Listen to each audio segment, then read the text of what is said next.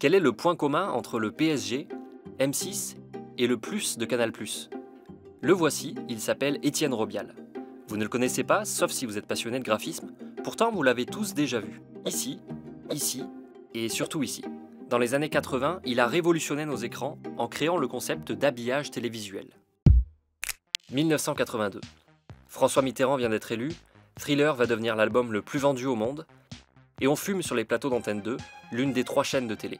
Étienne Robial, lui, est éditeur de bande dessinée. Il est passé par les Beaux-Arts et a cofondé la librairie Futuropolis, qui se démarque en imposant sa patte graphique sur les couvertures des livres.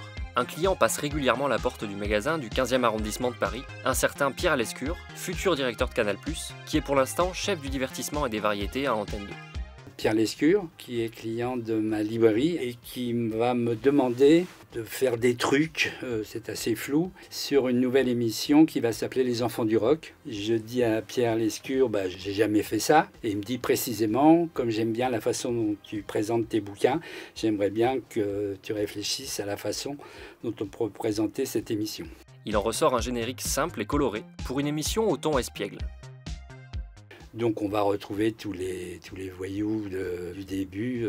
C'est un petit côté bande de potes. Hein. Les voyous du début, c'est Antoine Decaune, Alain Chabat, Marc Toesca, Alain de Greff, qui seront tous des transfuges vers Canal.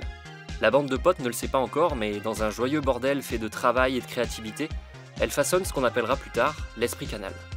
Le vent de libéralisation qui souffle sur l'économie ouvre un espace pour la création de chaînes supplémentaires. Et le 4 novembre 1984, il est 8h, ouverture de l'antenne de Canal+. La 4e chaîne importe le concept de HBO, une chaîne américaine, d'associer sport et cinéma sur abonnement. Étienne Robial est chargé de créer de zéro une identité visuelle complète. Il trace une grille, élude le plus en toutes lettres, au profit du symbole, plus court et identifiable. Mais quelle typographie utiliser? Robial prend le Futura, une police dessinée dans les années 20 par un graphiste allemand, Paul Renner. Sauf que pour l'adapter aux contraintes techniques des synthétiseurs, les machines qui génèrent les textes à l'écran, il doit l'incliner un peu.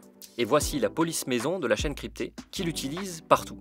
Mais alors, partout. Pour imprimer son magazine, pour indiquer la direction des toilettes, de la sortie ou de l'ascenseur, ou de la place du parking, ce sera toujours le Futura. Comme la chaîne émet 24 heures sur 24, le designer reprend l'idée d'une horloge avec une ellipse qui accompagne les génériques. Et qui va se figer à chaque heure de la journée, vers le midi, jaune l'après-midi, orangé le soir, rouge la nuit, violet la nuit, bleu le matin de bonne heure, et ainsi de suite. Il conçoit aussi toute la signalétique visuelle, les jingles, les génériques, les bandeaux. Je dis à Pierre Lescure, je vais te faire une garde-robe avec 3 pantalons, 3 vestes, 3 chemises, 3 cravates. Tu vas pouvoir combiner le pantalon 1 avec la veste 2 et la cravate 3, et ainsi de suite, ce qui fait des centaines et des centaines, voire des milliers de combinaisons différentes. Étienne Robial reprend les principes de l'édition avec une idée principale.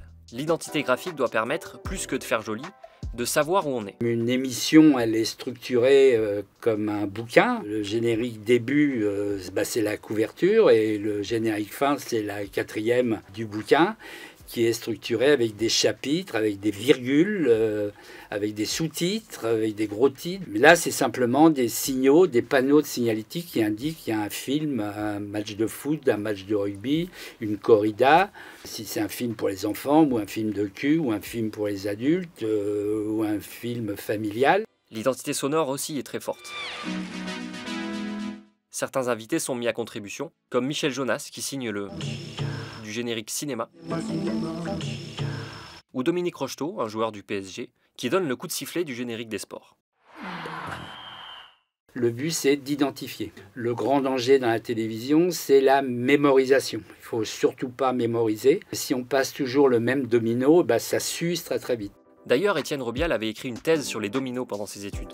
Cet obsédé des quadrilatères utilisera le rectangle lors de la refonte de l'identité de Canal en 1995, un motif déclinable presque à l'infini. Le directeur artistique décide de tout en matière graphique, jusqu'aux couleurs que portent les présentateurs. Il demande par exemple à Agnès B de concevoir des vêtements gris, noirs, blancs, pour servir de faire-valoir à l'invité en plateau et rester en harmonie avec les couleurs du groupe. Cette mainmise lui vaut le surnom de l'Ayatollah et une marionnette au guignol de l'info, programme phare de la chaîne. T'as pas ton nouveau costume sur la photo, c'est pas bon ça pour l'image de la chaîne. Le concept d'habillage télévisuel va investir toutes les chaînes qui se multiplient. Robial est mandaté pour faire la même chose chez M6. Il y aura ensuite la 7, Futur Arte, puis RTL 9, avec toujours une idée centrale. D'aller à l'essentiel, d'être efficace et de n'apporter que ce dont l'habillage est destiné, c'est pas d'évoquer ou de passer des messages et autres, c'est simplement de dire que dans quelques secondes, il y a un film, un match de foot, un plateau ou telle émission. En 25 ans à Canal, Étienne Robial compte 4700 génériques à son actif. Sa leçon, c'est que détourner une contrainte, comme le manque d'espace ou de moyens, peut permettre d'ériger la simplicité en image de marque.